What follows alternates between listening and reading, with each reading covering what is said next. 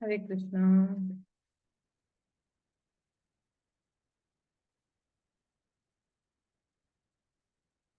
ओम अज्ञानतिमिरन्धस्य ज्ञानाञ्जनाशलाकाय चक्षुरुन्मिलितं येन तस्मै श्रीगुरवे नमः। नमो विष्णुपदाय कृष्णपृष्ठाय भूतले श्रीमते भक्तिवेदान्त स्वामिनीति नामिने। ओम नमो भगवते वासुदेवाय। ओम नमो भगवते वासुदेवाय। ओम नमो भगवते वासुदेवाय। नारायणं नमस्कृत्यं नर चैव नरोत्तमं देवीं सरस्वतीं व्यासं ततो जयमुदीरयेत्। नष्टप्रायेषु भद्रेषु नित्यं भागवत सेवया भगवती उत्तम श्लोके भक्तिर्भवती नैष्टिकी। कृष्णाय वासुदेवाय देवकी नंदनाय च नंदगोपकुमाराय गोविंदाय नमो नमः। आप सभी का स्वागत है आज के सत्र में।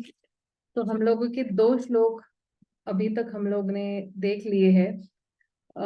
जो हम लोग ने जो पहला वाला जो श्लोक देखा था, तो भगवान के संबंध के बारे में बता रहे थे कि श्रीमद् भागवतम की पोजीशन क्या है। तो भगवान जैसे नियंता है, परम सत्य है, और वो सभी शक्तियों के भी स्तोत्र है। और इसलिए जो है श्रीमद् भागवतम सीधे परम सत्य के बारे में ही बता रहे हैं। तो जैसे वेद है, पुराण है, काव्य है, लेकिन श्रीमद् भागवतम जो है इन इन इन सभ्यों का भी जो है वो सार है। जैसे अ, वेद और पुराण में ये है कि वहां पे कुछ कुछ इंस्ट्रक्शन दिए गए हैं, लेकिन भागवतम में सब कुछ समाया हुआ है। वेद भी समाया हुआ, पुराण भी समाया हुआ, काव्य भी समाया हुआ है उसमें। तो श्रीमद् भागवतम की जितने भी अगर हम अभी पाठ आगे पढ़ेंगे तो उसमें हम अपने जीवन में क्या उतार सकते हैं, कहानियों के माध्यम से बताया गया है। और ये जो भागवतम है, जैसे श्रीमद् भागवतम और कोई और ग्रंथ, जैसे जितने भी दूसरे कुछ पुराण है या ग्रंथ है या किताबें हैं, तो हम देख सकते हैं कि मनुष्य में चार दोष होते हैं। जैसे कि हम एक रूम में हैं और हमें बाहर की दुनिया देखनी है, तो वहां पे इस रूम में चार जैसे दरवाजे जैसे है, और वो दरवाजे थोड़े से खुले हुए हैं। तो हालांकि बहुत बड़ा बोलते ना जग बाहर है हमारे घर में, लेकिन हम बहुत थोड़ा ही देख सकते हैं। तो उसी तरह हमारे में चार दोष है। वो क्या है कि हम भ्रम में होते हैं, हम कभी प्रमद में होते हैं, या कभी हम विप्रलप्स में होते हैं, कभी हम कारणापट्व में होते हैं। जैसे उसको बोलते हैं कि अपूर्ण इंद्रिया होती है, या हमारे में ये एक्चुअली ये होती है कि हम भ्रमित बहुत जल्दी हो जाते हैं, या हम गलतियां करते हैं, या हमें हम जानबूझकर नहीं लेकिन न चाहते हुए भी किसी को चीट करते हैं। इसलिए जो है, क्योंकि ये जो है चार दोष मनुष्य में है, इसलिए हमें शब्द प्रमाण की जरूरत होती है। और शब्द प्रमाण जो है वो सबसे, और सबसे जो बोलते हैं ना सबसे बड़ा उदाहरण शब्द प्रमाण का है, वो है श्रीमद् भागवतम।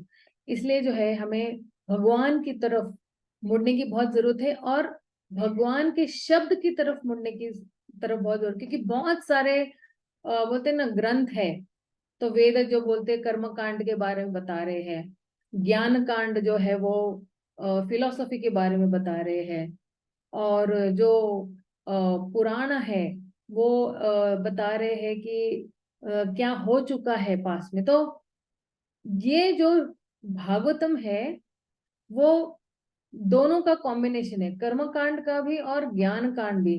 कर्म कांड में एक्चुअली सारी कहानियां बताई है, और ज्ञान कांड में एनालिसिस है उसका।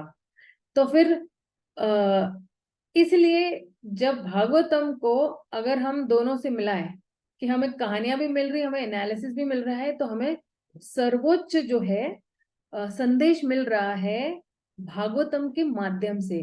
तो श्रीमद् भागवतम जो है उसको कहते हैं चक्रवर्ती प्रमाण। चक्रवर्ती मतलब क्या? जो राजाओं का भी जो राजा है और जो प्रमाणों का भी राजा है। तो इसलिए जो है भागवतम को चक्रवर्ती प्रमाण कहा गया है।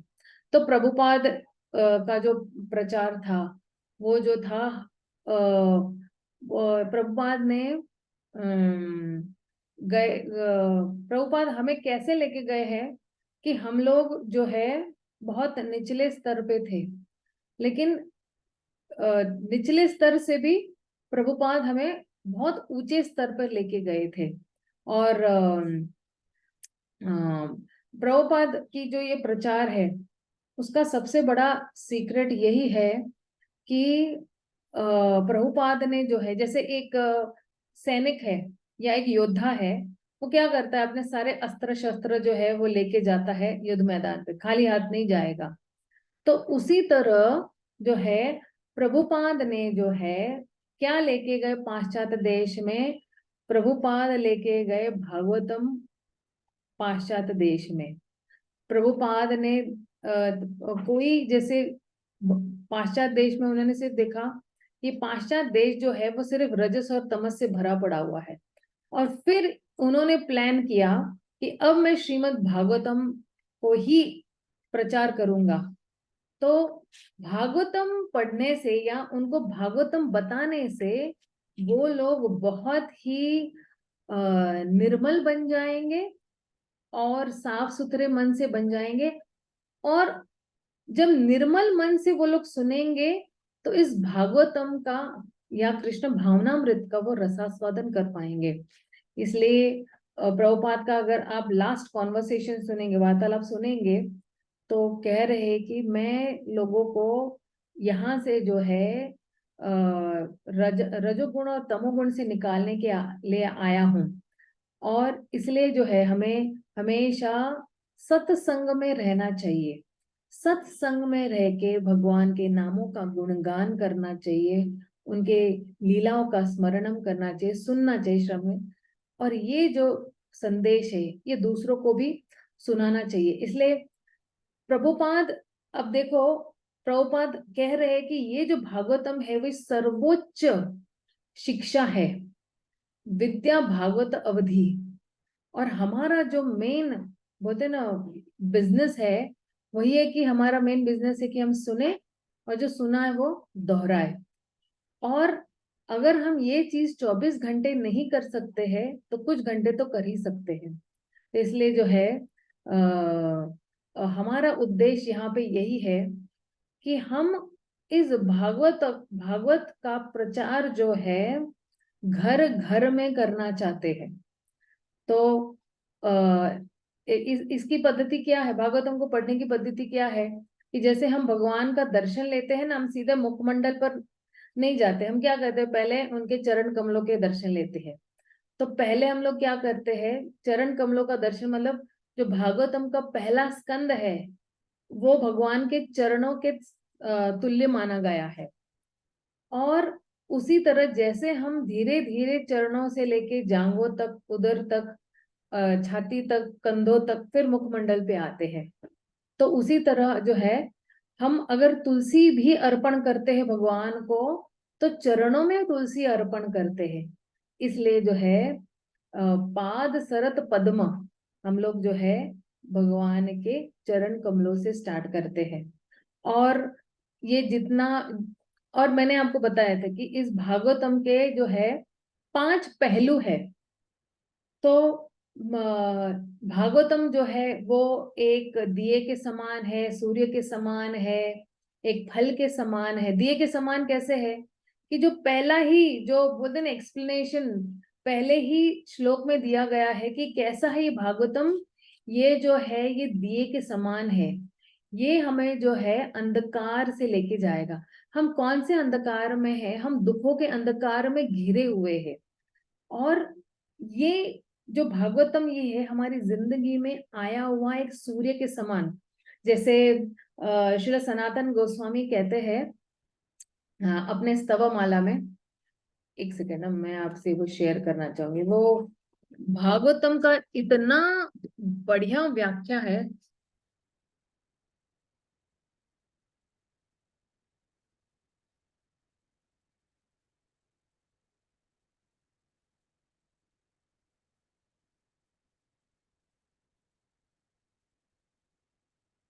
एक सेकेंड, अगर आप सुनेंगे ना ये सनातन गोस्वामी की स्तवमाला का ये जो व्याख्या है, आपको इतना अच्छा लगेगा। ये मैंने ना बहुत पहले एक प्रवचन में सुना था, शायद से 2005 या 6 में मैंने इसकी व्याख्या सुनी थी।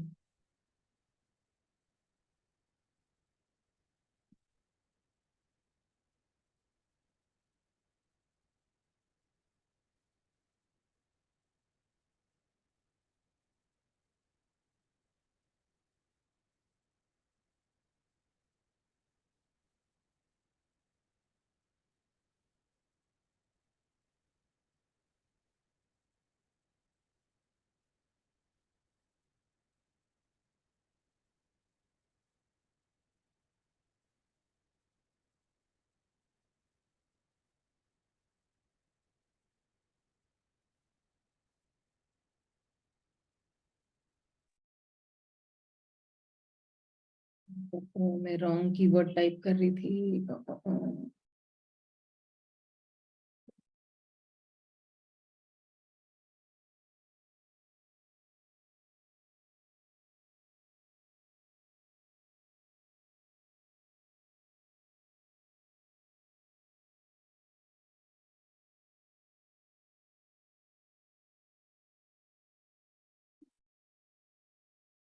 हाँ मिला, सॉरी।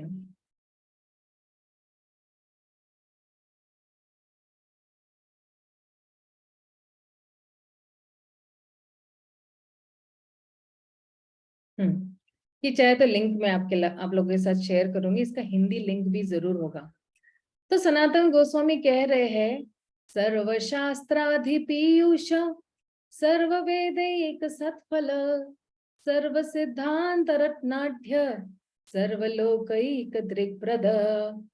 तो श्रील सनातन गोस्वामी कह रहे कि सर्व शास्त्राब्धि पीयूष, तो जितने भी शास्त्र है इस दुनिया में, उन सभी शास्त्रों में से अगर भागवतम को लेंगे तो ये भागवतम क्या है, ये पीयूष है। पीयूष मतलब अमृत है ये। और फिर कह रहे कि सर्व वैदिक सत्फल, अगर अगर सारे जो वैदिक शास्त्र एक पेड़ के समान और उनकी टहनियों के समान है, तो एक पेड़ पे जो सबसे मीठा फल, जो पका हुआ फल है, जिसमें न गुठली है न छिलका है, सबसे पका हुआ फल है, सभी वेदों में से जो पका हुआ फल है, और ये सत फल है। तो ये कौन है, ये श्रीमद् भागवतम है। सर्व सिद्धांत रत्नाढ्य, तो जितने भी सिद्धांत है, अगर आप इसका इंग्लिश ट्रांसलेशन देखोगे तो कहते हैं कि जितने भी सिद्धांत है उसमें ये जो भागवतम है वो रत्नाढ्य है। रत्न मतलब क्या है, जैसे वैदिक शास्त्र एक मोतियों की माला जैसे हुई है, और उस मोतियों की माला में अगर एक पेंडेंट हो तो वो माला कितनी सुंदर दिखेगी। एक सिर्फ खाली मोती की माला नहीं अच्छी लगेगी, राइट। तो लेकिन उस मोती की माला में अगर पेंडेंट होगा तो मोतियों की माला कितनी सुंदर दिखेगी। तो श्रीमद् भागवतम उस रत्न की तरह है। सर्वलोकैक दृक्प्रद, तो सभी लोगों को एक मार्ग, दृक यानी एक मार्ग, प्रद क्या दे रहा है, एक मार्ग दे रहा है। तो जो है कह रहे कि एक ही बोलते ना कि एक ही विजन, विजन को उसको क्या बोलते हैं हिंदी में, एक ही दृष्टिकोण दे रहा है। सर्वलोकै दृक्प्रद सर्व भागवत प्राण श्रीमद् भागवत प्रभो कली द्वंतो आदित्य श्री कृष्ण परिवर्तिता सर्व भागवत प्राण, जितने भी भागवत महामुनि है, आप क्या हो श्रीमद् भागवतम, उनके प्राण हो। तो जितने भी उच्च कोटि के जो भक्त है, उनके इनके प्राण है ये श्रीमद् भागवतम। एंड श्रीमद् भागवत प्रभो, तो कह रहे कि तुम जो है वैष्णवों के प्राण जैसे हो। और कह रहे कि कली द्वंद्व आदित्य, कलयुग में आप आदित्य, आदित्य यानी सूर्य समान, तो सूर्य समान क्या करने आए हो? द्वंद्व, ये जो अंधकार है वो नष्ट करने के लिए आप आए हो। श्री कृष्णा परिवर्तिता, आप वही कृष्ण हो जो वापस लौट के इस कलयुग में आए हो। तो कह रहे हैं कि आगे कह रहे हैं कि परमानंद पाठाय प्रेम वर्षी अक्षरायते सर्वदा सर्वसेव्याय श्री कृष्णाय नमोस्तुते। परमानंद पाठाय, तो कह रहे हैं कि अगर आपको जो कोई भी आपका पाठ करेगा, या जो कोई भी आपको पढ़ेगा श्रीमद् भागवतम, या आपके गुणगान सुनेगा, तो आपको क्या मिलेगा? उस व्यक्ति को क्या मिलेगा? प्रेम वर्षी अक्षरायते, एक एक अक्षर में जो है उस व्यक्ति को भगवान के प्रेम की प्राप्ति, मतलब यहाँ भी लिखा है syllables rain pour pure love of God। ये एक एक अक्षर है, वो क्या कर रहा है? प्रेम की वर्षा कर रहा है जो कोई भी इसको पढ़ रहा है। और कह रहे हैं आगे कि सर्वदा सर्वसेव्याय, तो हर किसी ने आपको हमेशा 24 घंटे आपकी सेवा करना चाहिए। क्यों सेवा करना चाहिए? क्योंकि जो है आप श्री कृष्ण नमोस्तुते, आप जो है वही कृष्ण जो है द्वापर में आए थे, आप वही कृष्ण वापस आप लौट के आए हो हमारे बीच में। तो ये कह रहे हैं, और आप जो है कृष्ण के ही सीधे अवतार हो। एक्चुअली अवतार भी नहीं है, सीधे कृष्ण ही है। और फिर कह रहे हैं, ये भी बहुत इंटरेस्टिंग है, मद एक बंधो, आप मेरे एक ही बंधु हो। मत संगीन, आप मेरे एक ही कंपेनियन हो, मेरा संगी हो आप। और मद गुरु, आप मेरे एक ही शिक्षक हो। मन महाधन, मेरा महाधन है श्रीमद् भागवतम सिर्फ आप ही हो। मन निस्तार का, आप जो है मेरे जो मन है, ये जो मेरा मन जो उथल पुथल हो गया है, ये मेरे मन को जो है आप तारने वाले हो। और ये मन जब तर जाते तो आप मेरे मद भाग्य हो। कहते ना इसका भाग्य फूटा हुआ है, लेकिन नहीं, जिसके जिंदगी में श्रीमद् भागवतम आया है उसके भाग्य का उदय हो चुका है। मद आनंद नमस्तुते, आप जो है मेरे क्या हो? आनंद हो, और मैं आपको प्रणाम करता हूँ। और फिर क्या कह रहे हैं आगे श्री सनातन गोस्वामी से? असाधो साधुता दाइन अतिन्नी सोच तारका, हा नामुंच कदाचिन माम प्रेमणारित कंठयो स्फुरा। असाधो साधुता, कह रहे हैं कि आप जो है, जो असाधु है उसको भी साधुत्व प्रदान करते हो। मतलब मान लो किसी व्यक्ति में बहुत सारे दोष है, तो जब वो आपका भागवतम पढ़ेगा उसके सारे वो दोष निकल जाएंगे और उसमें साधु जैसे गुण आ जाएंगे।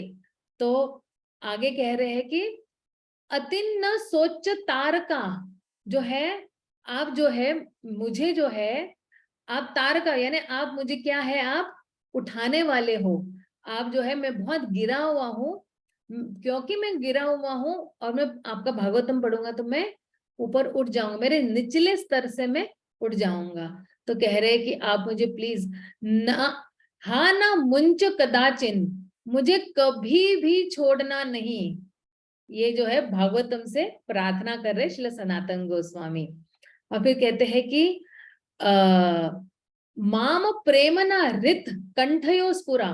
तो आप जो है कृपया मेरे जो हृदय में है जो है आप प्रकट हो जाइए मेरे हृदय में, और मेरे कंठ पर किस तरह से प्रेम की वर्षा करके आप मेरे कंठ और हृदय में आप प्रकट हो जाइए। तो ये इतनी अच्छी प्रार्थना है श्रील सनातन गोस्वामी कर रहे हैं। तो अब तो ये जो है ये मैंने एक्चुअली क्यों इस टॉपिक पे आई, कली द्वंद्व आदित्य ये सूर्य के समान है, क्योंकि सूर्य कहते हैं ना कि सबसे पावरफुल है हमारे गलत धारणाएं दूर करने के लिए। तो जो जितने भी असुर हैं उनकी भी गलत धारणाएं दूर करते हैं, और गलत धारणाएं जब दूर हो जाती है तो फिर क्या होता है, उस व्यक्ति के जीवन में आनंद ही आनंद होता है। इसलिए जो है कृष्ण भागवतम के माध्यम से कृष्णा प्रकट हुए हैं सुखदेव गोस्वामी और परीक्षित के माध्यम से। जैसे जो है एक सूर्य प्रकट होता है दूसरे ग्रह नक्षत्रों के बीच में, और कैसे है वो पुराणों के बीच में वो क्या है, वो चमक रहा है। तो 12 स्कंद है, तो 12 स्कंद में जो है जैसे एक सूर्य के भी 12 है ना, रवि शशि 12 नाम है या नहीं सूर्य देव के, तो उसी तरह और 12 महीने भी है। तो इस तरह जो है भागवतम है, और ये भागवतम जो है अभी हम लोग तीसरा श्लोक पढ़ेंगे उसमें। तो ये भागवतम जो है ये पका हुआ मीठा फल है, टेस्टी फ्रूट है ये। तो तीसरा चौथा पांचवा जो है वो इतना मधुर रस से भरा भरा हुआ है। और ये मधुर रस मतलब क्या है, ये माधुर्य रस से भरा पड़ा हुआ है, राधा राधा और शुद्ध भक्ति। तो इसलिए जो है निगम कल्प तरोर गलितम फलम, अभी तीसरे में हम लोग देखेंगे। और ये जो भागवतम है ये कल्प वृक्ष के समान है, क्योंकि इसके 18,000 जो श्लोक है वो क्या है, वो पत्तियों के समान है। और ये जो है ये भागवतम जो है प्रकट हुआ है एक कल्प वृक्ष के समान। क्या क्या इच्छा पूर्ति करने के लिए, यही इच्छा पूर्ति करने के लिए कि हमें भगवान से प्रेम करना है। हर एक जीव का एक्चुअली एक ही इच्छा होती है कि हमें भगवान की सेवा करनी है, भगवान को प्रेम करना है। तो महान भक्तों के लिए जो है ये भागवतम प्रकट हुआ है, और जो कोई भी ये भागवतम पढ़ता है वो भी महान हो जाता है। तो और पांचवा जो है कह रहे कि ये जो भागवतम है ये मोहिनी मूर्ति है। जैसे किसी सुंदर स्त्री को देखकर कोई बिल्कुल मोहित हो जाता है, तो उसी तरह भागवतम को पढ़ पढ़ के बार बार पढ़ पढ़ के जो है वो व्यक्ति जो है वो मोहित हो जाता है। और इसलिए आप देखो पहले 3 जो श्लोक है इस भागवतम के पहले स्कंद में, तो पहला वाला श्लोक जो परम सत्य के बारे में बता रहा है, दूसरा वाला जो श्लोक है जो कल हम लोग ने देखा धर्म प्रोजित कैतो वाला, वो जो है वो भी बता रहा है कि वास्तव धर्म क्या है, जो असली धर्म क्या है। और तीसरा वाला जो अभी श्लोक हम देखेंगे वो कह रहा है कि मनुष्य को या जीवात्मा को वो आमंत्रण दे रहे हैं कि आओ इस भागवतम के रस को आप चखो। तो पहला वाला श्लोक आपको बता रहा है भगवान की महानता के बारे में, दूसरा वाला श्लोक भी आपको भगवान की महानता के बारे में बता रहा है, लेकिन तीसरा वाला जो श्लोक है वो भगवान की मिठास के बारे में बता रहा है, the sweetness of Shrimad Bhagavatam. इसलिए श्रील और हम लोग देखेंगे श्रील विश्वनाथ चक्रवर्ती ठाकुर ने बहुत सुंदर टीकाएं दी हुई है इस भागवतम के। तो कहते हैं कि श्रील विश्वनाथ चक्रवर्ती ठाकुर कहते हैं कि अगर हम विनम्र भाव से इस भागवतम को पढ़ेंगे, तो वो इसके साथ तुलना कर रहे हैं कि अगर कोई बहुत रैश ड्राइविंग कर रहा है, टेढ़ा मेढ़ा ड्राइव कर रहा है, और वो नियम को पालन नहीं कर रहा है ड्राइविंग करते वक्त, तो जो कोई लिख भी रहा है ना, तो जो है वो रैश राइटिंग नहीं कर रहा है, वो जो है पूरा पूर्वती आचार्य को पढ़कर, उनको बारंबार पढ़कर, उनसे सुनकर, फिर जो है आप पूर्वती आचार्य की टीका के ऊपर जो है ये लोग भागवतम की कमेंट्री लिखते हैं।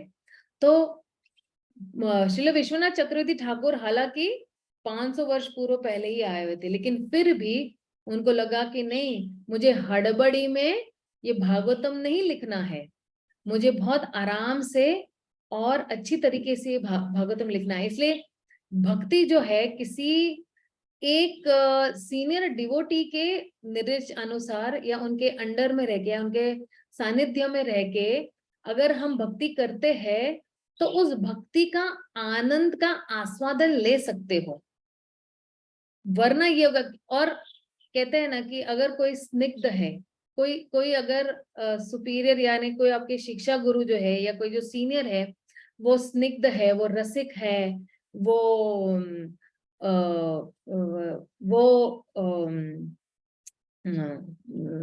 साधु संगी है, क्योंकि जो है वो खुद भी उठे हुए हैं और आपको भी उठाने की उनमें क्षमता है। तो इसलिए जो है श्रीमद् भागवतम जो है कोई ऐसे ही किसी मनोधारणा से नहीं लिखी गई है।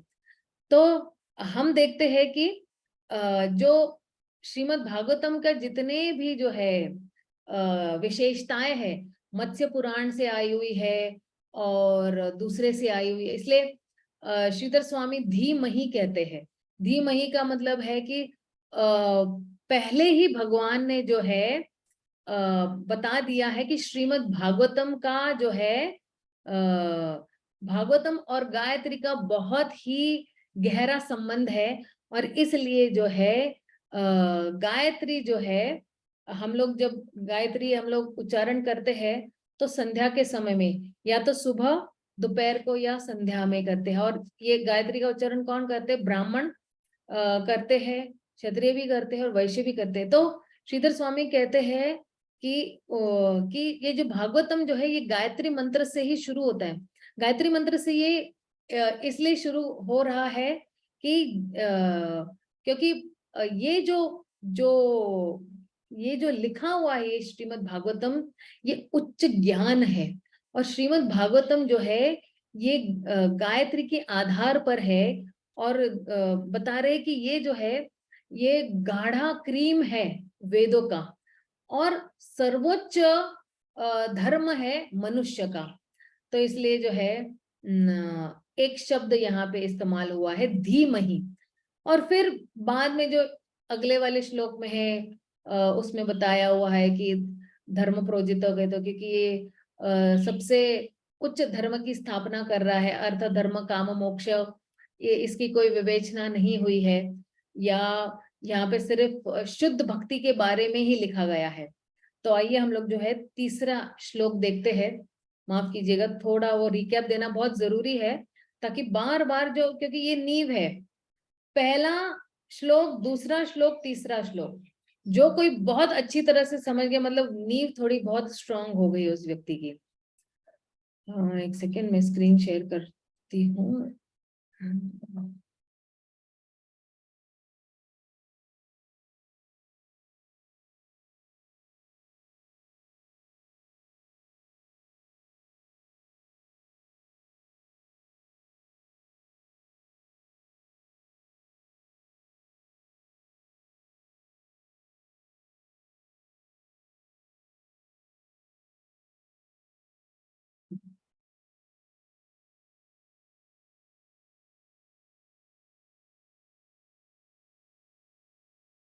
निगम कल्पतरोर्गलितं फलम सुखमुखात् अमृत द्रव्य संयुतम पिबत भागवतम रसमाल्यम मुहुरहो रसिक भुवि भावुकः।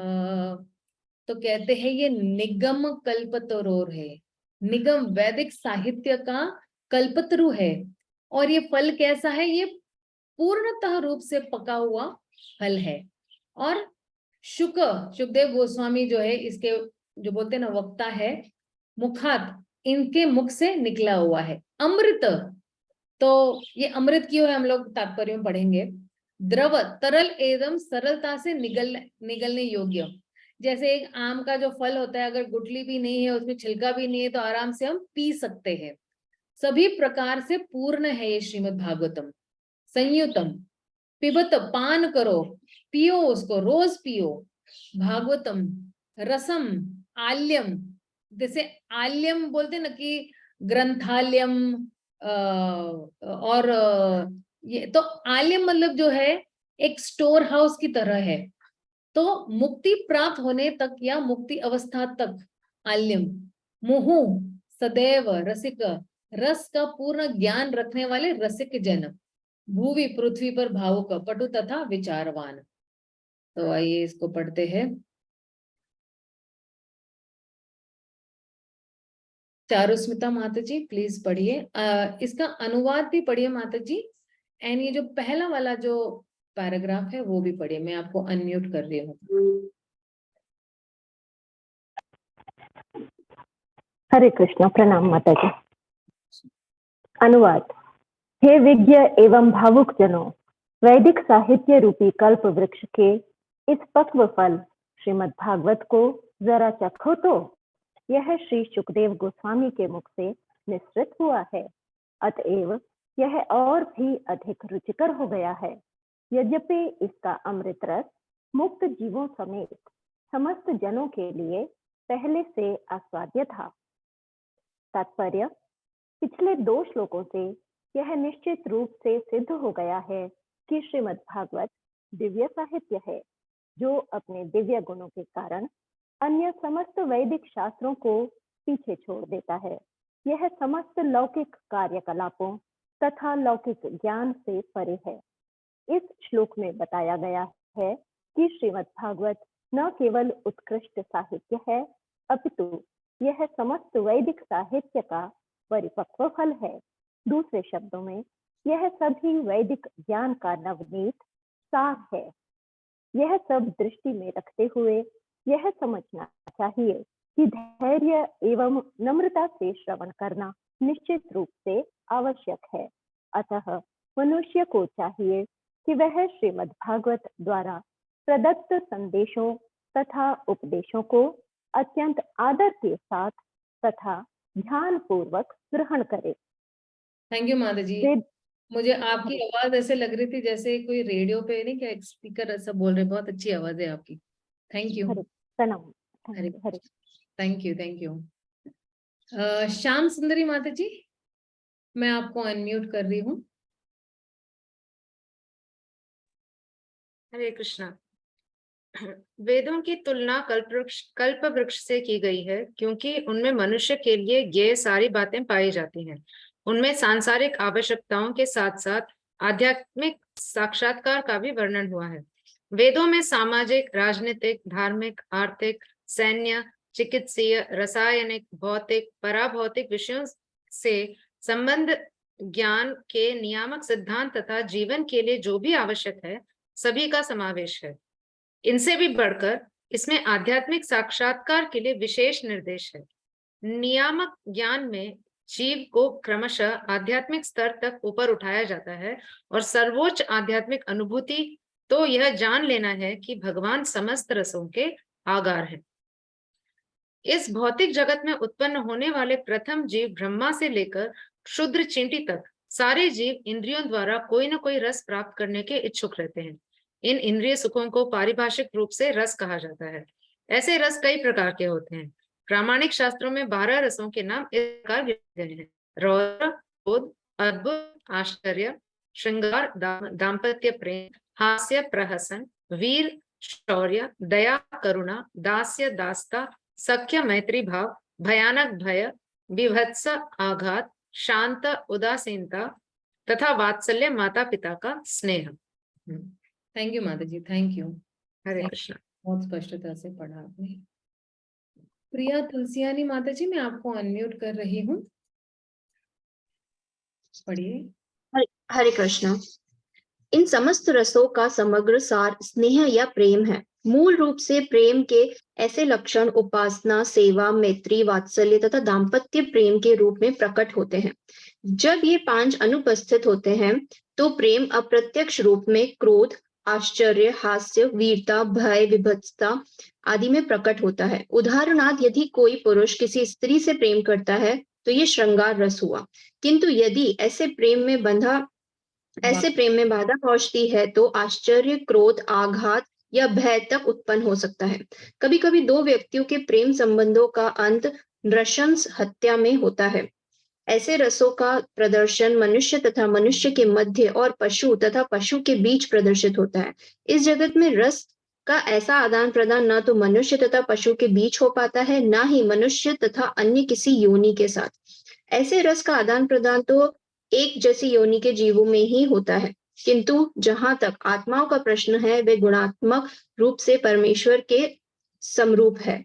इसलिए प्रारंभ में रसों का आदान प्रदान आध्यात्मिक जीवात्मा तथा आध्यात्मिक परम पूर्ण भगवान के साथ होता था। यह आध्यात्मिक आदान प्रदान या रस आध्यात्मिक जगत में जीवों तथा परमेश्वर के बीच पूरी तरह पाया जाता है। इसलिए Shruti okay, Hare Krishna. Thank you, बहुत अच्छी तरह से पढ़ा आपने। वाघेश्वरी माता जी, प्लीज रीड। इसलिए श्रुति मंत्रों में पूर्ण पुरुषोत्तम भगवान को समस्त रसों का निर्जन स्रोत कहा गया है।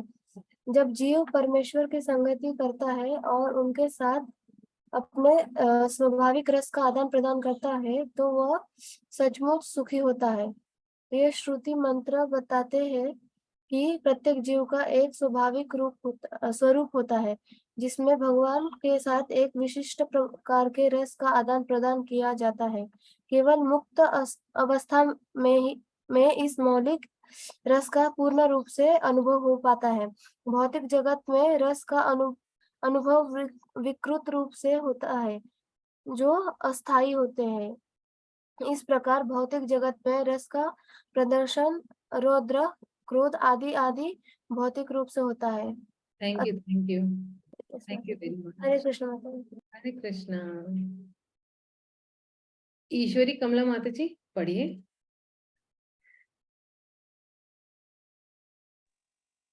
अतएव, हरे कृष्णा, दंडवत प्रणाम माता जी। धन्यवाद।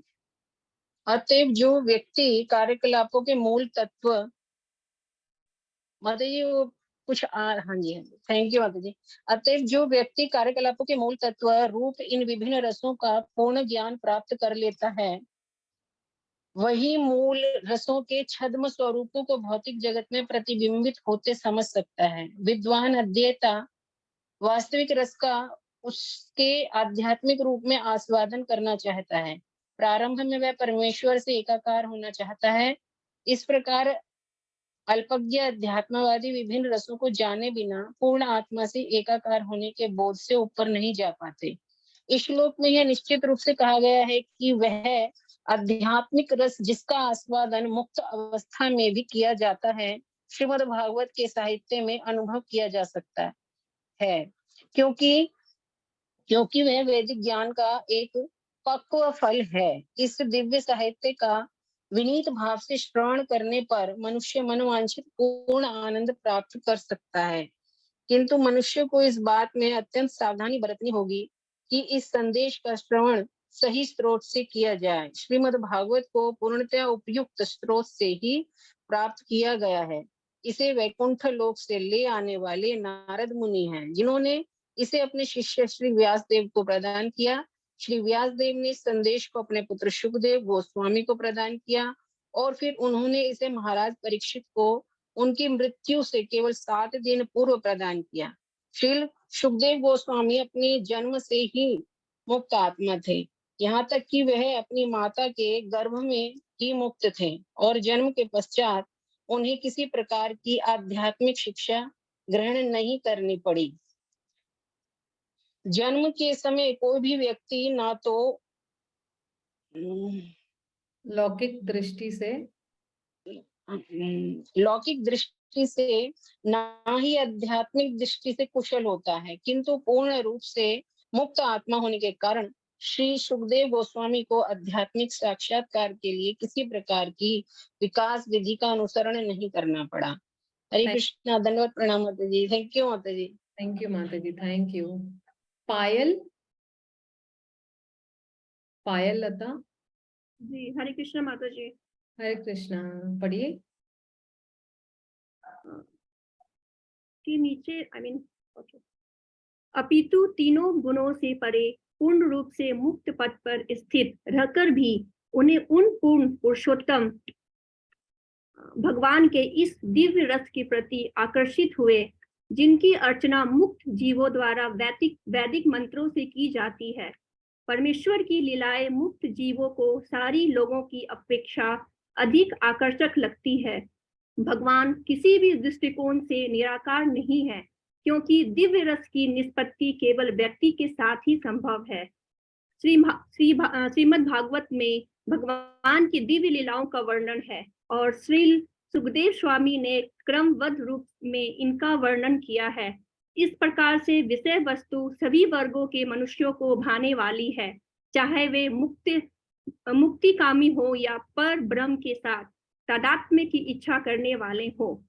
संस्कृत में सुख शब्द का अर्थ तोता भी होता है। जब कोई पका फल ऐसे पक्षियों की लाल चोंच से काट दिया जाता है तो उसकी मिठास बढ़ जाती है। वैदिक फल जो ज्ञान में पूर्ण विकसित तथा पक्व है, वह श्री सुखदेव गोस्वामी के होठों से निकला है, जिनकी तुलना तोते से की गई है। इसलिए नहीं कि उन्होंने अपने विद्वान पिता से जिस रूप में सुना था उसी रूप में सुना दिया, जिसके बल पर अपितु अपने उस क्षमता के कारण जिस वर्गों को भाने वाले रूप में प्रस्तुत किया। धन्यवाद माता जी, धन्यवाद, थैंक यू। संगीता माता जी, मैं आपको अनम्यूट कर रही हूँ। जी, हरे कृष्णा माता जी। हरे कृष्णा। श्री सुखदेव गोस्वामी के होठों से कथा वस्तु इस प्रकार निश्रित हुई है कि जो भी निष्ठावान श्रोता विनीत भाव से सुनता है, वह तत्काल इसके दिव्य रस का आस्वादन करता है, जो भौतिक जगत के विकृत रसों से भिन्न है। यह परिपक्व फल सर्वोच्च कृष्ण लोक से एकाएक नहीं आ गिरा, प्रत्युत यह गुरु शिष्य परंपरा की श्रृंखला से होता हुआ सावधानी पूर्वक बिना किसी परिवर्तन या अवरोध के नीचे तक आया है। ऐसे अल्पज्ञ मनुष्य जो दिव्य गुरु शिष्य परंपरा से संबंधित नहीं है, वे रास नृत्य के सर्वोच्च दिव्य रस को उन श्रील सुखदेव गोस्वामी के चरण चिन्हों का अनुगमन किए बिना समझने का प्रयास करके भयंकर भूल करते हैं, जिन्होंने इस फल को दिव्य अनुभूति की अवस्थानुसार अत्यंत सावधानी से प्रस्तुत किया है। मनुष्य को श्रीमद् भागवतम की स्थिति को श्रील सुखदेव गोस्वामी जैसे महापुरुषों को ध्यान में रखकर जाननी चाहिए, जिन्होंने विषय का प्रतिपादन बड़ी सावधानी से किया है। श्रीमद् भागवतम की यह गुरु शिष्य परंपरा बताती है कि भविष्य में जो भी श्रीमद् भागवतम को ऐसे व्यक्तियों से समझा जाए जो श्रील सुखदेव गोस्वामी का पूर्ण प्रतिनिधित्व करता हो, ऐसा व्यावसायिक व्यक्ति जो अवैध रूप से श्रीमद् भागवतम सुनाकर व्यापार चलाता है, वह श्रील सुखदेव गोस्वामी का उचित प्रतिनिधित्व नहीं करता। ऐसे व्यक्ति का पेशा एकमात्र अपनी जीविका अर्जित करना है, अतः ऐसे व्यवसायी व्यक्तियों के भाषण नहीं सुनने चाहिए। ऐसे व्यक्ति इस गंभीर विषय को समझने की क्रमिक विधि का अभ्यास किए बिना सीधा गुह्यतम अंशों को सुनाते हैं। वे सामान्य रूप से रास नृत्य की कथा वस्तु में गोता लगाने लगते हैं और मूर्ख किस्म के लोग इसका गलत अर्थ लगाते हैं। कुछ लोग इसे अनैतिक बताते हैं और अन्य अपनी मूर्खतापूर्ण व्याख्याओं द्वारा इस पर पर्दा डालने का प्रयास करते हैं। उनमें श्रील सुखदेव गोस्वामी के चरण चिन्हों पर चलने की लेस मात्र इच्छा नहीं रहती। थैंक यू माता जी, थैंक यू माता जी, थैंक यू। हरे मोहित वर्मा प्रभु। हरे कृष्ण माता जी। हरे कृष्ण प्रभु जी, पढ़िए। अतः निष्कर्ष ये निकलता है कि रस के गंभीर छात्र को श्री सुखदेव गोस्वामी से चली आने वाली शिष्य परंपरा से भागवत का संदेश प्राप्त करना चाहिए, जिन्होंने भागवत का वर्णन दिव्य विज्ञान के विषय में अल्प ज्ञानी उन संसारी लोगों की तुष्टि के लिए किसी मनमान ढंग से नहीं, अपितु शुरू से सुनियोजित ढंग से प्रारंभ किया है। श्रीमद् भागवत को इतनी सावधानी से प्रस्तुत किया गया है कि निष्ठावान तथा गंभीर व्यक्ति तुरंत वैदिक ज्ञान के इस फल का आनंद सुखदेव गोस्वामी या उनके प्रमाणिक प्रतिनिधि के मुख से निस्मृत अमृत रस का पान करके उठा सकते हैं। Thank you Prabhu, thank you, बहुत अच्छी तरह से पढ़ा आपने। तो ये वाला जो श्लोक है, तीसरा वाला श्लोक, तो ये जो है जितने भी जो कहते हैं ना कि जो श्रोतागण है उनको इनविटेशन दे रहे हैं, उनको आमंत्रित कर रहे, आओ श्रीमद् भागवतम का रसास्वादन करो। तो ये जो तीसरा वाला श्लोक है ये बता रहा है कि ये एक ही उच्च ग्रंथ है। क्यों? क्योंकि ये बहुत ही पका हुआ है, और ये जैसे हम लोग दूध को घोंट घोंट के उसका क्रीम बनाते, तो ये क्रीम है। तो लेकिन इसकी एक योग्यता क्या है कि आपको जो है वो बहुत ही धैर्य रखना है, आपको विनम्र भाव से सुनना है, आपको इसके प्रति बहुत आदर रखना है, और बिल्कुल ध्यान पूर्वक सुनना है। तो क्या है, एक धैर्य रख के सुनना है, ध्यान रखकर सुनना है, विनम्र भाव से सुनना है, और आदर पूर्वक इसको सुनना है।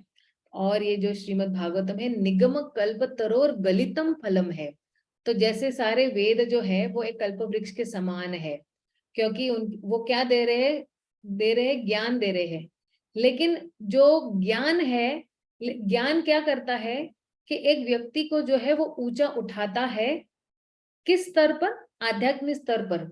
लेकिन ये जो भागवतम है ये सर्वोच्च आध्यात्मिक साक्षात्कार तक ऊंचा उठा रहा है। और ये जो है ये आध्यात्मिक रस की खान है, ये श्रीमद् भागवतम। तो सुखदेव गोस्वामी ने इसको और भी मीठा इसलिए कर दिया हुआ है कि ये उनके मुख से निकला हुआ है। जैसे एक तोता होता है, तो तोता अगर अमरूद पे अगर अपनी चोंच मारता है तो आप देखो वो अमरूद बहुत मीठा हो जाता है और एकदम गला हुआ अमरूद हम बन जाते हैं। तो आसानी से हम उसको निगल सकते हैं और उसका आस्वादन भी ले सकते हैं। तो ये शुका का जो अर्थ है ना इसमें, शुका मतलब तोता। ये तोते की क्या क्षमता है कि वो कोई भी चीज को है ना मीठी बना सकता है। तो उसी तरह श्रीमद् भागवतम जो है सुखदेव गोस्वामी के मुख से जब निकली तो ये और मीठी हो गई थी। और इस भागवतम का विषय वस्तु क्या है? देखिए, हर एक किताब की एक विषय वस्तु होती है। तो इस भागवतम की विषय वस्तु यही है कि ये रस है। पिबत भागवतम रसमाल्यम। तो हालांकि ये बहुत ही मीठा है, लेकिन ये जो भागवतम का जो रस है, ये जितने भी मुक्त आत्मा है वो भी बारंबार पीना चाहते हैं। अब कोई पूछ सकता है कि ये मुक्त आत्माओं को क्या जरूरत है बार बार भागवतम पढ़ने के लिए? लेकिन ये जितने, क्योंकि एक बार व्यक्ति मुक्त हो जाता है, आध्यात्मिक जगत में चला जाता है, या इसी देह में वो मुक्त हो जाता है, तो किसी को लगेगा कि नहीं इनको पढ़ने की जरूरत नहीं, क्योंकि ये सभी चीजों से उनको साक्षात्कार मिल चुका है। लेकिन नहीं, ये जो श्रीमद् भागवतम है ये मुक्त आत्माओं को भी बहुत प्रिय है, और इसका बहुत अच्छी तरह, और फिर रस का व्याख्या दी गई हुई है। 12 प्रकार के रस की व्याख्या दी हुई है। 5 जो है मुख्य है और 7 जो है वो गौण है। और जो है इन सभी रसों का जो टोटल है तो वो क्या है, वो है प्रेम है। और ये जो है, ये जो प्रेम का आदान प्रदान है वो समान समान जाति के लोगों में ही हो सकता है। तो ये जो ओरिजिनल रस जो आया है, या ये जो ओरिजिनल रस है, ये आध्यात्मिक प्लेटफॉर्म पर ही आपको मिल सकता है। क्यों? क्योंकि आत्मा जो है वो एक है, और उसका जो गुण है वो भगवान के साथ जो क्या है, वो समान है। तो इसलिए जो है परम भगवान कृष्ण जो है वो क्या है, वो सभी रसों के भी रसराज है, वो राजा है। और ये जो रस जो भगवान के साथ ये प्रेम का जब रस का आदान प्रदान होता है, तभी एक व्यक्ति को वास्तविक आनंद मिलता है। जो रस भौतिक स्तर पर होता है इस भौतिक जगत में, तो वो क्या है, वो उसका प्रतिबिंब है, वो क्या है, क्षणिक है। जैसे मान लो कोई शॉपिंग करने के लिए चला गया, 2 साड़ी खरीद ली, 2 बार वो साड़ी पहन ली, वो टेम्पररी उसको वो आनंद मिलेगा। लेकिन भक्ति का जो आनंद है वो इस जन्म में नहीं, उसका आनंद अगले जन्म में शाश्वत काल तक टिका रहेगा। तो कह रहे हैं कि कैसे इस रस का रसास्वादन कर सकते हैं भगवान कृष्ण के साथ। तो ये जो है, ये जो आध्यात्मिक रस है, इसका अनुभव हम कैसे कर सकते हैं? श्रीमद् भागवतम में कर सकते हैं। क्यों? क्योंकि ये जो है सारे वेदों का पका हुआ फल है। और कैसे इसको सुनना है? विनम्र भाव से, सही व्यक्ति से सुनना है, जो प्रामाणिक हो, जो जिसने अपने गुरु से भी सुना हुआ है। और जब हम ऐसे व्यक्तियों से सुनेंगे, और जब ऐसे व्यक्तियों से बिल्कुल विनम्र भाव से हम सुनेंगे, तो इसका लाभ हमें क्या मिलेगा? इसका लाभ हमें यही मिलेगा कि जो हृदय को एक संतुष्टि चाहिए होती है, एक हृदय की एक इच्छा होती है कि मुझे ना एक पूर्ण आनंद चाहिए, मेरा पूरा हृदय भर जाना चाहिए आनंद के साथ। वो आनंद की अनुभूति जो है एक व्यक्ति कर सकता है, और वो बिल्कुल थकता नहीं है। बार बार जो है मुक्ति पाने के बाद भी, आलयम पाने के बाद भी जो है, वो बार बार इस रस को चखना चाहता है। इसलिए कह रहे हैं कि जो विवेकशील व्यक्ति है, जो बुद्धिमान व्यक्ति है, वो क्या करते हैं? इस श्रीमद् भागवतम का रसास्वादन करते। मुहुर अहोर रसिक भूवि भावुकः। तो जब कोई व्यक्ति सही ढंग से या सही मूड से इसको पढ़ता है या सुनता है, तो वो क्या कर पा रहा है? वो रसास्वादन कर पा रहा है। जो आध्यात्मिक जगत में जो 5 रस और 7 जो है, टोटल 12 रस है, उनका पूरा पूरा आस्वादन ले सकता है। और इसको जो है कैसे हम लोग ग्रहण कर सकते हैं?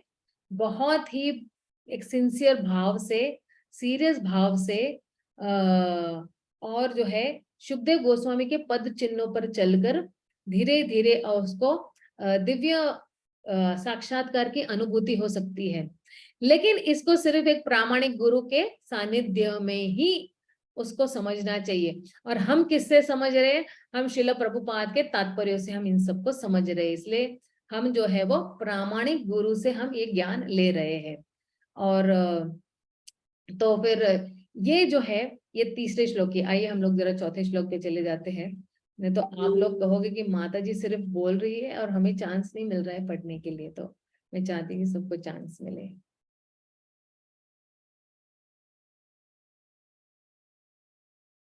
ये चौथा वाला श्लोक भी बहुत ही मीठा श्लोक है। तो यहाँ से एक्चुअली कहानी शुरू होती है कि जितने भी ऋषि मुनि है, वो नैमिषारण्य नाम के जगह पर वो एकत्रित होते हैं।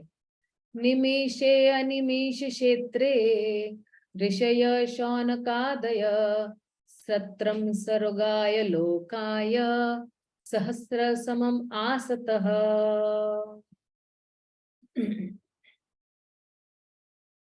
नेहा माता जी पढ़िए जरा।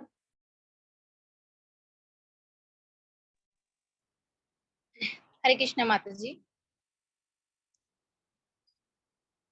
यहाँ हरे से कृष्ण माता जी। पढ़िए पढ़िए।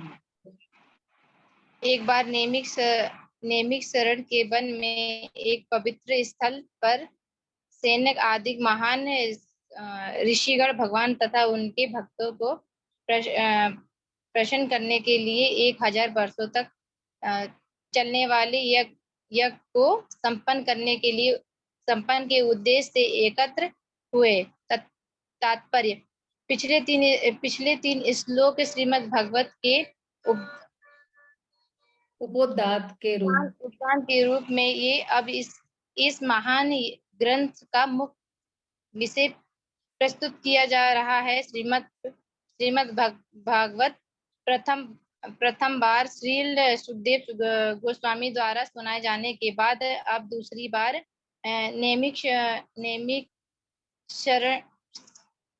नैमिषारण्य में सुनाया जा रहा है। हाँ। बाष्पीय एक मिनट हम दूसरों को भी चांस देंगे, ठीक है ना। अन्नू माता जी।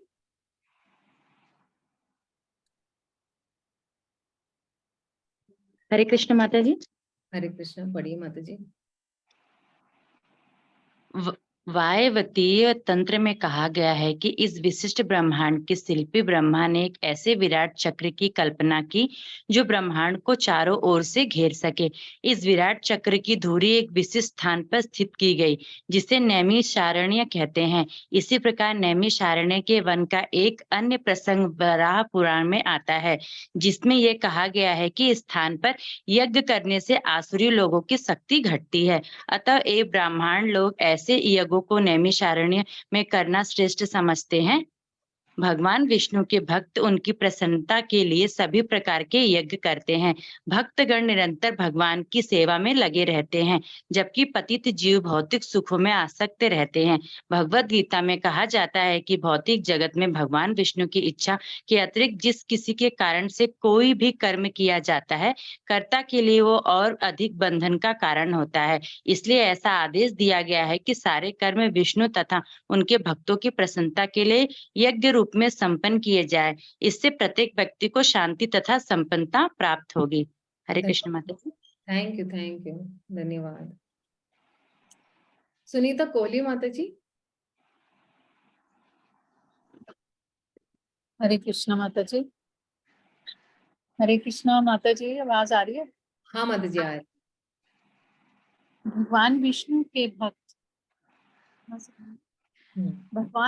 के भक्त उनकी प्रसन्नता के लिए सभी प्रकार के यज्ञ करते हैं। भक्तगण निरंतर भगवान की सेवा में लगे रहते हैं जबकि पतित जीव भौतिक सुखों में आसक्त रहते हैं।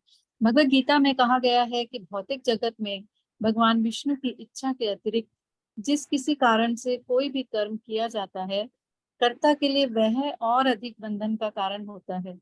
इसलिए ऐसा आदेश दिया गया है कि सारे कर्म विष्णु तथा उनके भक्तों की प्रसन्नता के लिए यज्ञ रूप में संपन्न किए जाएं। इससे प्रत्येक व्यक्ति को शांति तथा संपन्नता प्राप्त होगी। बड़े बड़े ऋषि मुनि जन सामान्य का कल्याण करने के लिए सदैव उत्सुक रहते हैं। फलस्वरूप शौनक आदि ऋषि एक महान तथा निरंतर चलने वाले यज्ञ अनुष्ठान को संपन्न करने के उद्देश्य से इस नैमिषारण्य नामक पवित्र स्थल पर एकत्र हुए। भुलक्कड़ लोग शांति तथा संपन्नता पाने का सही मार्ग नहीं जानते किंतु साधु पुरुष इसे भली भांति जानते हैं।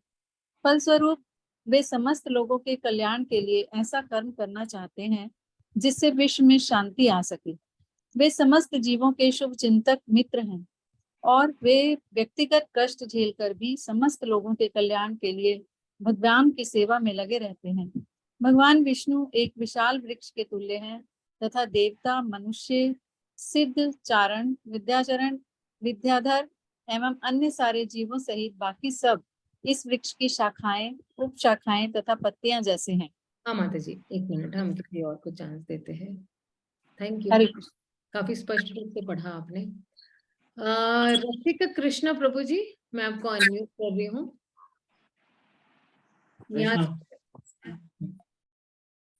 यदि वृक्ष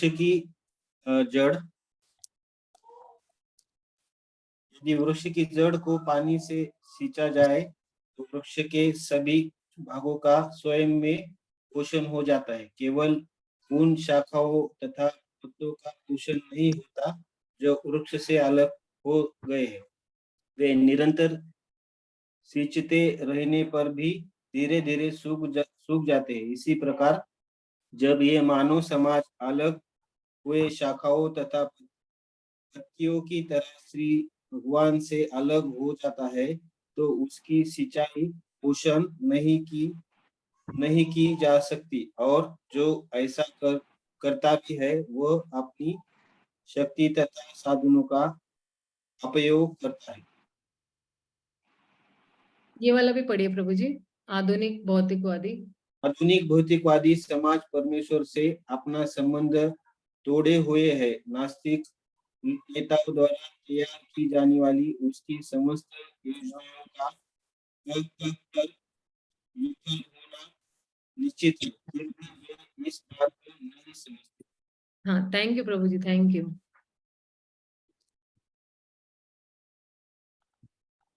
सीमा माता जी, मैं आपको अनम्यूट कर रही हूँ।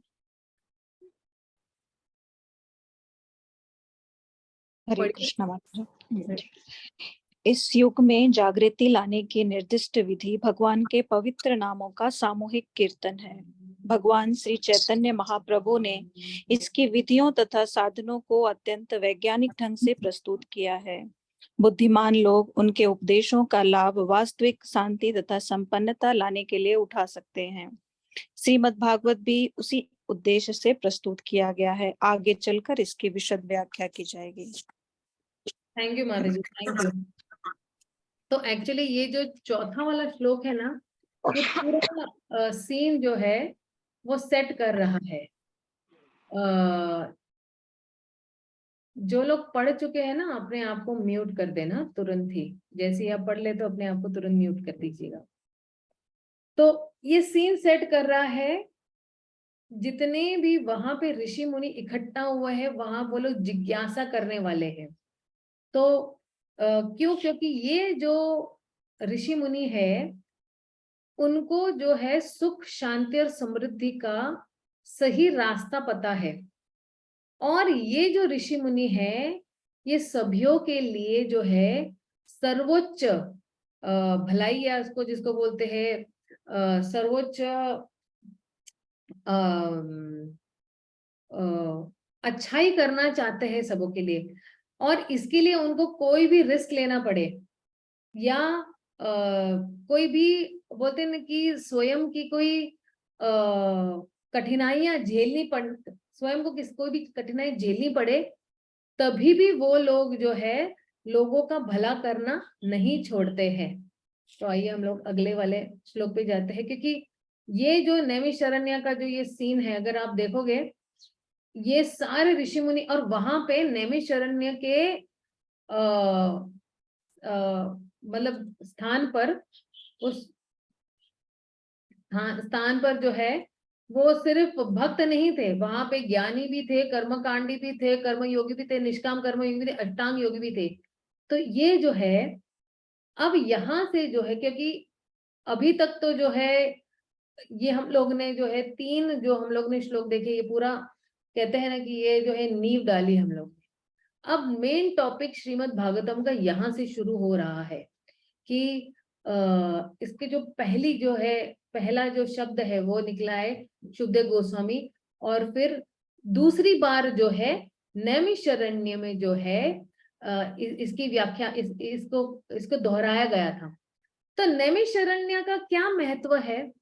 तो वाइवा तंत्र में कहा गया है कि ये जो है ये पूरे सृष्टि का ये हब है। हब को क्या कहते हैं हिंदी में? एक सेकेंड, मैं हमेशा ये हब वर्ड भूल जाती हूँ। केंद्र है। ये सारे जितने भी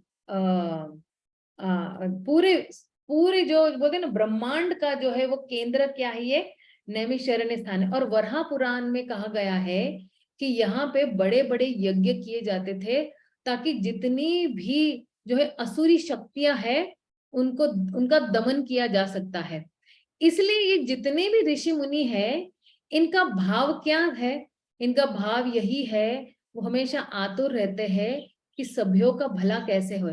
इसलिए शौनक आदि ऋषि जो है वहां पे क्या हुआ है, वो नैमिषारण्य में वो एकत्रित हुए हैं। और क्यों एकत्रित हुए हैं? कि वो जानना चाहते हैं, कि वो बताना चाहते हैं कि ये जितने भी भुलक्कड़ जीव है, जिनको सही रास्ता नहीं पता है सुख और शांति का और समृद्धि का, लेकिन हमें पता है, तो हम इनकी मदद करेंगे। जैसे हम अगर किसी जड़ को पानी देते हैं और या किसी जो है फूल पत्तियों को पानी देते हैं, तो क्या होता है, अगर जड़ को पानी देंगे तो सही सिंचन होगा, फूल पत्तियों को पानी देने से कोई सही सिंचन नहीं होने वाला है। और मॉडर्न सोसाइटी जो है वो कैसी है, वो पेड़ से जो अलग हुई फूल पत्तियों के समान है। धीरे धीरे वो क्या होने वाली है, वो सूख जाने वाली है। तो हमें क्या करना है, हमें जड़ को पानी देना है। जड़ कौन है? भगवान श्री कृष्ण है। तो इसलिए जो है यहाँ पे जितने भी यज्ञ हो रहे हैं, ये वास्तविक में ये इस कलयुग के लिए जो है उनकी भला करने के लिए यहाँ पे वो लोग एकत्रित हुए हैं, जहाँ पे उनको सुख शांति समृद्धि।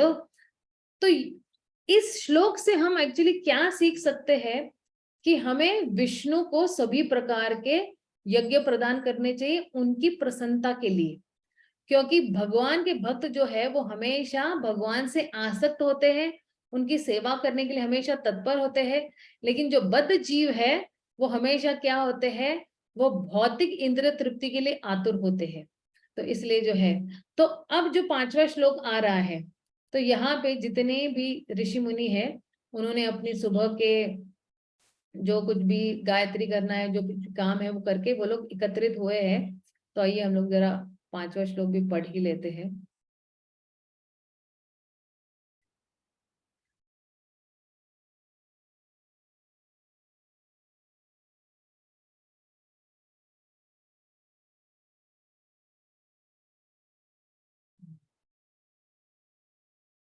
त एकदा तु मुनय प्रातः हुत हुत अग्रय सतकृतं सुतम् आसीनं प्रपच्चु इदम् आदरात्।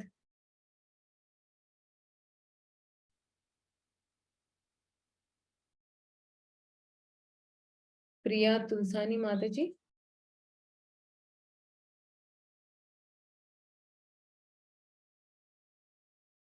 मैंने आपको अनम्यूट किया हुआ है।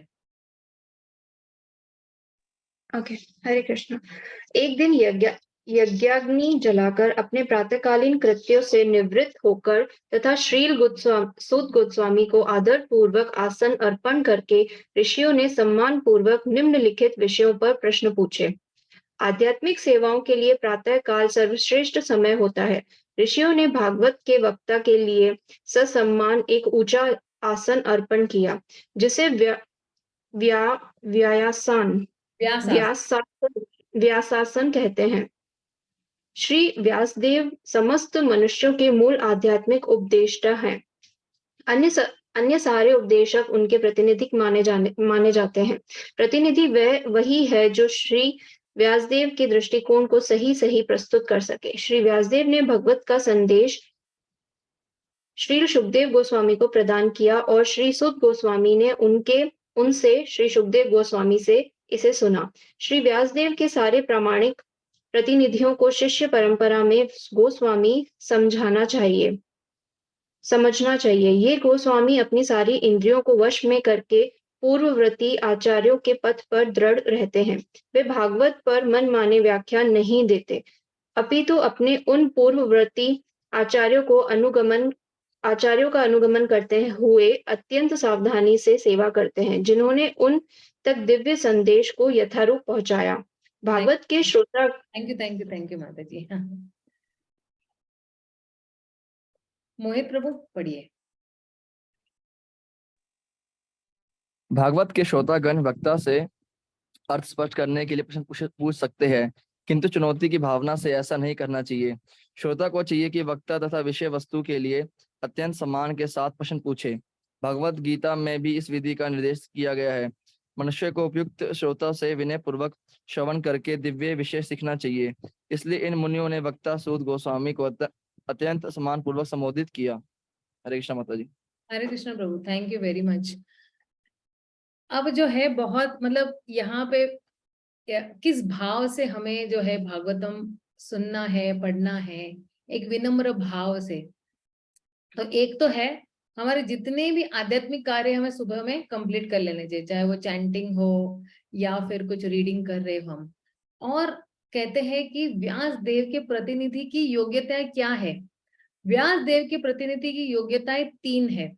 वो कह रहे हैं कि पहले तो जो है जैसा व्यास देव ने प्रस्तुत किया वैसे ही वो प्रस्तुत करेंगे, जैसे परंपरा में आ रहा है वैसे ही। और वो गोस्वामी होना चाहिए। गोस्वामी मतलब क्या, जिन्होंने अपने इंद्रियों पर पूर्णतया नियंत्रित कर लिया है, और जो पूर्वती आचार्यों ने जिस पथ पर चल रहे हैं उसी पथ पे उसने चलना चाहिए। और दूसरा जो है कोई भी प्रवचन जो है या ज्ञान जो वो दे रहे हैं वो जो है एक सेवा भावना से दे रहे हैं, और किसी मनोधारणा से नहीं दे रहे। जैसे प्रस्तुत किया है वैसे ही वो दे रहे हैं। क्योंकि अगर कोई बिल्कुल मनमौजी ढंग से व्याख्या देता है तो फिर उसका असर नहीं होगा। लेकिन सावधानी से सेवा करके ये हमें ज्ञान देना है। इसलिए जब मैंने भी ये भागवतम स्टडी सर्कल स्टार्ट किए थे तो ये सारी जो है, ये सारे जो पॉइंट्स है ये मैंने बहुत अच्छी तरह से सावधानी बरती हुई इसके लिए। क्यों? क्योंकि हमें कुछ भी मनमाने ढंग से, क्योंकि अभी हमारे 4 ग्रुप चल रहे हैं भागवतम के। मैं गुजराती भागवतम क्लास भी ले रही हूँ, मराठी भी ले रही हूँ, हिंदी भी ले रही हूँ और इंग्लिश भी ले रही हूँ। हिंदी सबसे लास्ट वाला शुरू किया, पहले मराठी लैंग्वेज में शुरू किया था, फिर इंग्लिश में शुरू किया था, फिर गुजराती में शुरू किया, और अब लास्ट में हिंदी भाषा में मैंने शुरू किया हुआ है। तो इसलिए जो है एक व्यक्ति जो है भागवतम को जब समझा रहा है तो इसको बहुत नाजुक तरीके से हैंडल करना है। एक डिग्री का भी डिविएशन होगा ना मेरी तरफ से भी, तो भी व्यक्ति जो है वो बोले ना कि उसको जाना था अमेरिका, वो पहुंच जाएगा अफगानिस्तान। ऐसा नहीं करना है हमें। जैसा पूर्वती आचार्यों ने हमें बताया हुआ है वैसे हमें प्रस्तुत करना है। और आगे भी जो आप लोग भी सुन रहे हो, हमें भी जैसे प्रभुपाद ने प्रस्तुत किया वैसे ही हमको ये सब सुनाना है। इसलिए आप देखो मैं श्रील प्रभुपाद की टिकाएं ले रही हूँ। प्रभुपाद ने जैसा लिखा हम लोग वैसे तो श्रील विश्वनाथ चक्रवर्ती ठाकुर ने भी लिखा हुआ है, और श्रीधर स्वामी ने भी लिखा हुआ है, बलदेव विद्याभूषण ने भी लिखा हुआ है, जीव गोस्वामी ने भी लिखा हुआ है, सनातन गोस्वामी ने भी लिखा हुआ है। लेकिन हम प्रभुपाद की क्यों टिकाएं ले रहे हैं? क्योंकि उन्होंने सभी जो है सभी आचार्यों की टिकाओं को लेके उसका सार प्रस्तुत किया हुआ है। ठीक है ना? किसी का कोई प्रश्न या कुछ शंका या समाधान है तो आप पूछ सकते हो। मैं सभी को अनम्यूट कर रही हूँ यहाँ से।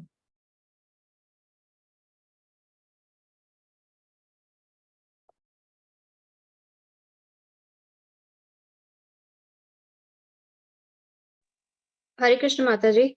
मेरा एक प्रश्न मेरा गायत्री मंत्र को लेके था कि जैसे मैंने सुना है कि उसका उच्चारण ऐसे ही नहीं करना चाहिए। यस। तो उसके विषय में आप अगर, क्योंकि कभी कभी ऐसा होता है ना कि हम घर पे ऐसे ही सुनने के लिए लगा देते हैं, कभी सोते टाइम बच्चों को सुना देते हैं, तो उसके विषय में आप कुछ अगर समझा सके तो। शास्त्र में गायत्री मंत्र सिर्फ एक गुरु से जब लेते हैं तो उसको पूर्णतया फल मिलेगा, वरना उसका फल नहीं मिलेगा। आप सुनते जाओगे, यहाँ से सुनोगे, यहाँ से निकल जाएगा। लेकिन हमें क्या करना है, यहाँ से सुनना है और यहाँ पे इसको धारण करना है। और गायत्री मंत्र वैसे एक पूरी किताब लिखी हुई है परम पूज्य महानिधि स्वामी महाराज ने, कि क्या उसका इम्पोर्टेंस है। और जब गुरु देते हैं ये गायत्री मंत्र तो तुरंत ही हमारी आध्यात्मिक प्रगति होती है, तुरंत ही, इमीडिएटली। जब कोई गुरु जब हमको मंत्र देते हैं तो क्योंकि वो शुद्ध है, शुद्ध भक्त है, और वो हमें जब मंत्र देते हैं तो उसका जो फल हमें जरूर मिलेगा जब हम उच्चारण करते हैं तो। और गायत्री करने का भी एक समय होता है।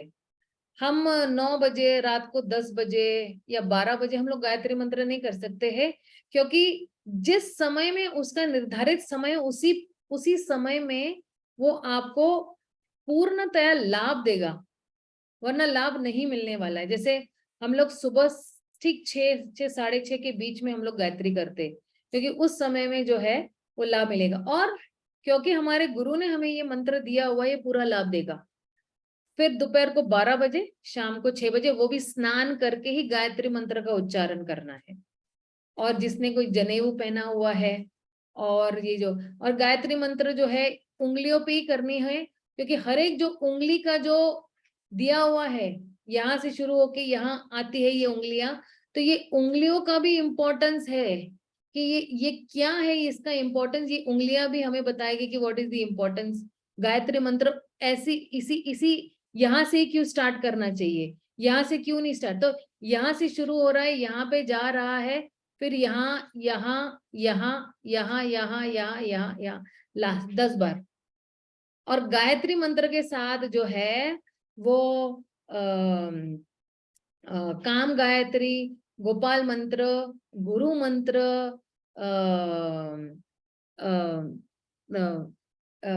गौरांगा का मंत्र, ये सारे मंत्र एक साथ गुरु देते हैं। तो टोटल जो हमारे पास है वो 10 मंत्र होते हैं, सिर्फ गायत्री मंत्र नहीं होता है, तब जाके वो फल, क्योंकि गायत्री माँ के भी स्वामी कौन है, भगवान श्री कृष्ण।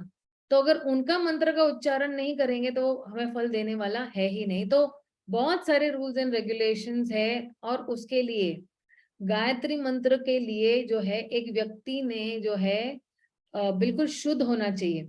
जो मांसाहार कर रहा है, जो नशा कर रहा है, जो चाय कॉफी पी रहा है, प्याज लहसुन खा रहा है, जो परस्त्री संग कर रहा है, जो जुआ खेल रहा है, ऐसे व्यक्ति अगर गायत्री मंत्र कर रहा है, या अगर कोई शुद्ध भी नहीं है, तो उसको कोई लाभ नहीं मिलने वाला है। वो ऐसे ही, जैसे बोलते ना बाष्पीभवन जैसे हो जाता है, वैसे बाष्पीभवन हो जाता है। माता जी, तो माता जी थैंक यू वेरी मच, आपने ये क्वेश्चन पूछा, क्योंकि क्वेश्चन जब हम इस फोरम पे पूछते हैं तो दूसरे बहुत सारे लोगों की शंका दूर हो जाती है। तो आपका क्वेश्चन बहुत इंटेलिजेंट था, इसलिए मैंने ना आपको पर्सनली चैट पे नहीं आंसर दिया इसका। अब देखिए मैं कितना डिटेल में मैंने बताया, फिर मैं टाइपिंग में इतना डिटेल में नहीं बता पाऊंगी। तो जिस किसी को प्रश्न पूछना है ना, तो आप इस फोरम पे पूछो, ताकि दूसरों का भी भला हो, है ना। एक तो पहले आपका भला हो रहा है, मेरा भी भला हो रहा है फर्स्ट, तो कि जो आंसर कर रहा है उसका भी भला हो रहा है, और जो सुन रहे हैं उनका, 3 लोगों का भला हो रहा है। एक व्यक्ति प्रश्न पूछ रहा है, 3 लोगों का भला हो रहा है, ठीक है ना। आरशिया माता जी आप पूछिए। आप अपने आप को अनम्यूट कर सकते हो, मैंने पूर्णतः छूट दे दी है। हाँ माता जी, am I audible? Yes you very much audible. Hare Krishna माता जी, दंडवत प्रणाम। माता जी मुझे ये पूछना था कि इसमें जो थर्ड टेक्स्ट हमने पढ़ा था उसमें आया था कि Vedas contain regulated principle of knowledge covering social, political, religious, economic, military, medical, chemical, physical, तो सब मैटर इसमें इंक्लूडेड है। तो लाइक मेरा ना कई बार बहुत क्वेरीज होती है रिगार्डिंग द पेरेंटिंग। तो मेरी जो बेटी है वो बहुत स्टबर्न है थोड़ी, तो उसके रिगार्डिंग मैं दूसरों से हेल्प लेती हूँ एंड ऑल। तो मैं वही सोचती हूँ कि काश इसमें हमें वो सारा कुछ मिल जाए, तो सब कुछ आ जाएगा क्या इसमें पेरेंटिंग से रिलेटेड भी? Yes yes yes, good question, thank you so much for asking that question. मैं आपको बताती हूँ, मैं एक्चुअली ना एवरी संडे को बाल भागवतम क्लासेस लेती हूँ। मतलब ये पहला स्कंद जो है मैं छोटे छोटे बच्चों को पढ़ाती हूँ। अब आप सोचोगे कि ये इतना टेक्निकल है, ये इतना फिलोसॉफिकल कैंटो है, और ये आप बच्चों को कैसे पढ़ाते हो। लेकिन इनफैक्ट जो एक मेरी गुरु बहन है, उनका नाम है अरुद्धा माता जी, वो बॉयजी आइडाहो में है अमेरिका में। उन्होंने अपने दोनों पुत्रों को होम स्कूलिंग करवाया है, एंड उन्होंने अपने दोनों बच्चों को सिर्फ भागवतम ही पढ़ाया है बचपन से। और ये दोनों आप शायद उनको जानते भी होंगे, राधिका रमन प्रभु और गौर हरि प्रभु, ठीक है। ये जो है, ये दोनों जो है होम स्कूलिंग करके ये लोग जो है भागवतम पढ़ के होम स्कूलिंग किया हुआ है, और ये लोग जो है MS एंड क्या क्या PhD डिग्रीज लिए हुए ये दोनों बच्चों ने माता जी। तो she has train them very nice. So what ever आपको चाहिए, जो कुछ भी आपको चाहिए जो है आपको इस भागवतम में ही मिलने वाला है। भागवतम के बाहर आपको कुछ भी नहीं, मतलब आपको जो कुछ भी प्रश्न के उत्तर है ना आपको भागवतम में ही मिलने वाले हैं माता जी। So yes, if child is stubborn, okay, बच्चे होते ही है, चॉकलेट चाहिए, ये चाहिए, वो चाहिए, मुझे यही करना है, वही करना है। अगर कहीं पे आप कॉम्प्रोमाइज कर सकते हो तो थोड़ा बहुत उनकी भी सुनना है, थोड़े बहुत अपनी भी उनको सुनाना है, वो बैलेंस करके चलना है कि ये ना हो जाए कि सिर्फ आप अपनी सुना रहे हो और बच्चों को बहुत कंट्रोल कर रहे हो। But at the same time इनको भागवतम पे लेके आना बहुत जरूरी है बचपन से ही बच्चों को। Yes, 16 years, 14 years can also come, Mataji. They can also join in. I'm going to start a new actually बाल Bhagavatam session.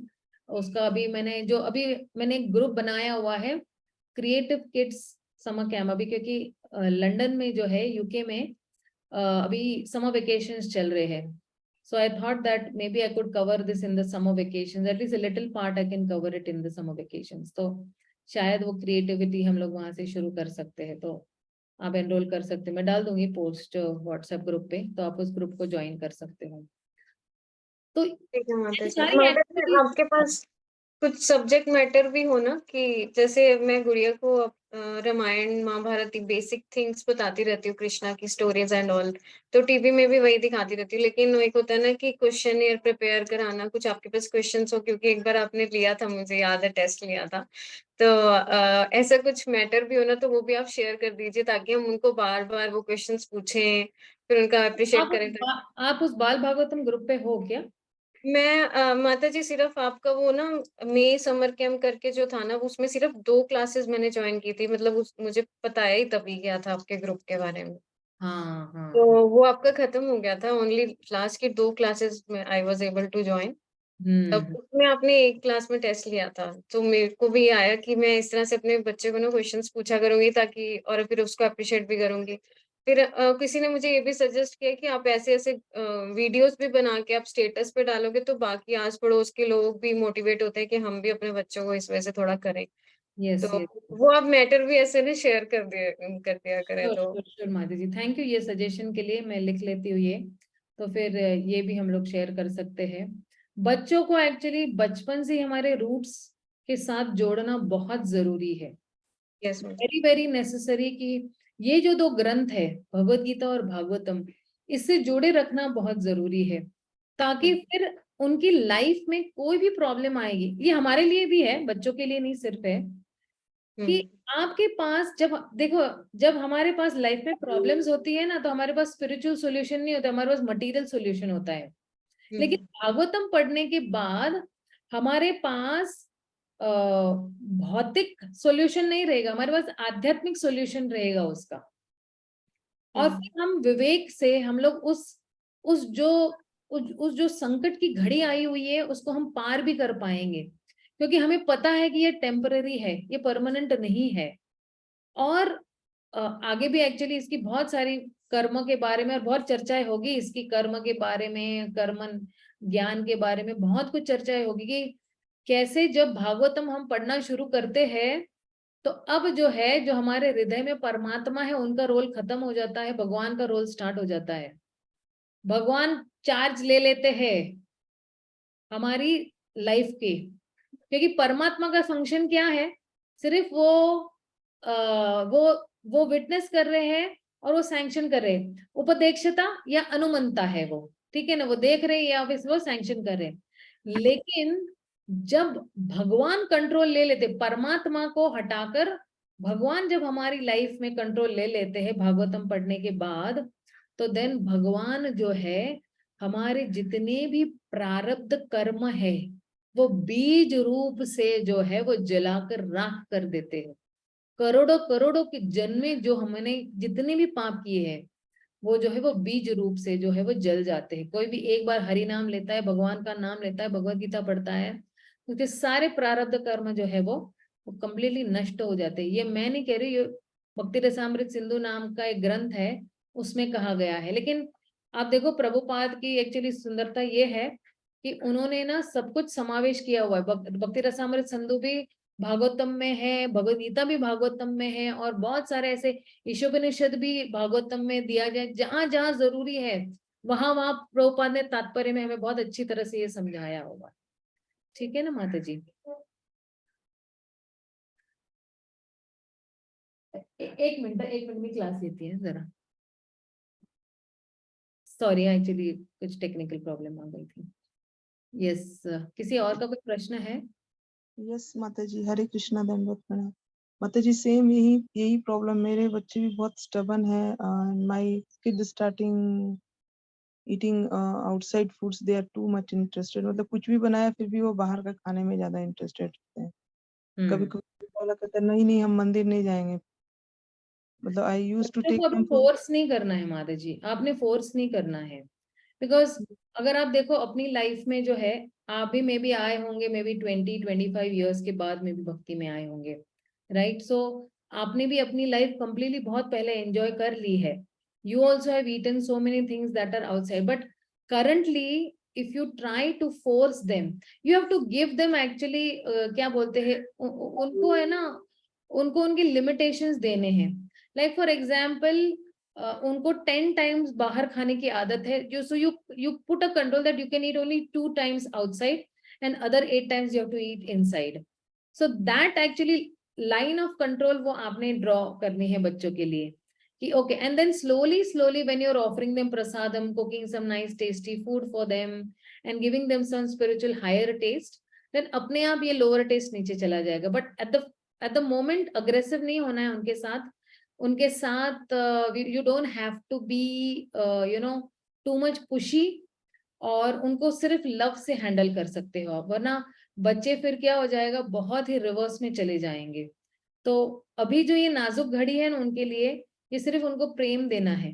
Just give them love and you can cook some nice tasty food for them and you can see how you can please them very nicely. बहुत अच्छी तरह से उनको अच्छी तरह से खाना पकाओ, उनको अच्छी तरह से उनकी जो मन पसंद चीज है वो बना के दो। तो वैसे टारगेट्स रख सकते हो आप माता जी, ठीक है ना? माता जी, one more question I have. If sometime my chanting gets missed, sometime if I'm getting up late or something, some other activities are there, so my mind gets deviate a lot when I am not going to temple, especially in a weekdays or weekend, any one day. तो बहुत भूकंप much जाता है मेरे दिमाग में, ऐसा ही है। ये बहुत स्वाभाविक है, क्योंकि आपकी जो ओढ़ है वो वहां पे है, आध्यात्मिक लाइफ की तरफ है। लेकिन क्योंकि हम 3 गुण में बंधे हुए हैं और सांसारिक लोग हैं, तो वो अप एंड डाउन होने ही वाला है आपकी लाइफ, राइट? तो उसके लिए ना आप ऑनलाइन किसी संघ के साथ जुड़ जाइए। ऑनलाइन आई एम श्योर आप किसी न किसी ग्रुप में होंगे जहाँ पे वो लोग चैंटिंग कर रहे हैं, मॉर्निंग प्रोग्राम्स कर रहे हैं, तो उनके साथ आप जुड़ सकते हो। और नहीं जुड़ सकते हो तो फिर मेरा मॉर्निंग प्रोग्राम चलता ही है, आप मेरे साथ जुड़ जाइए व्हाट्सएप ग्रुप पे। चाहे तो आप पर्सनल मैसेज दे दो, मैं आपको वो व्हाट्सएप लिंक भेज दूंगी, आप मॉर्निंग प्रोग्राम के उस ग्रुप में जुड़ जाइएगा, तो थोड़ा फ्रस्ट्रेशन कम हो जाएगा आपका माता जी, ठीक है ना? हरि बोल, दंडवत माता जी, थैंक यू वेरी मच। ठीक है, हम लोग यही विराम देते हैं। श्रील प्रभुपाद की जय, गौर भक्त वृंद की जय। हरे कृष्णा। हरे कृष्णा। धन्यवाद माता जी। हरे कृष्णा।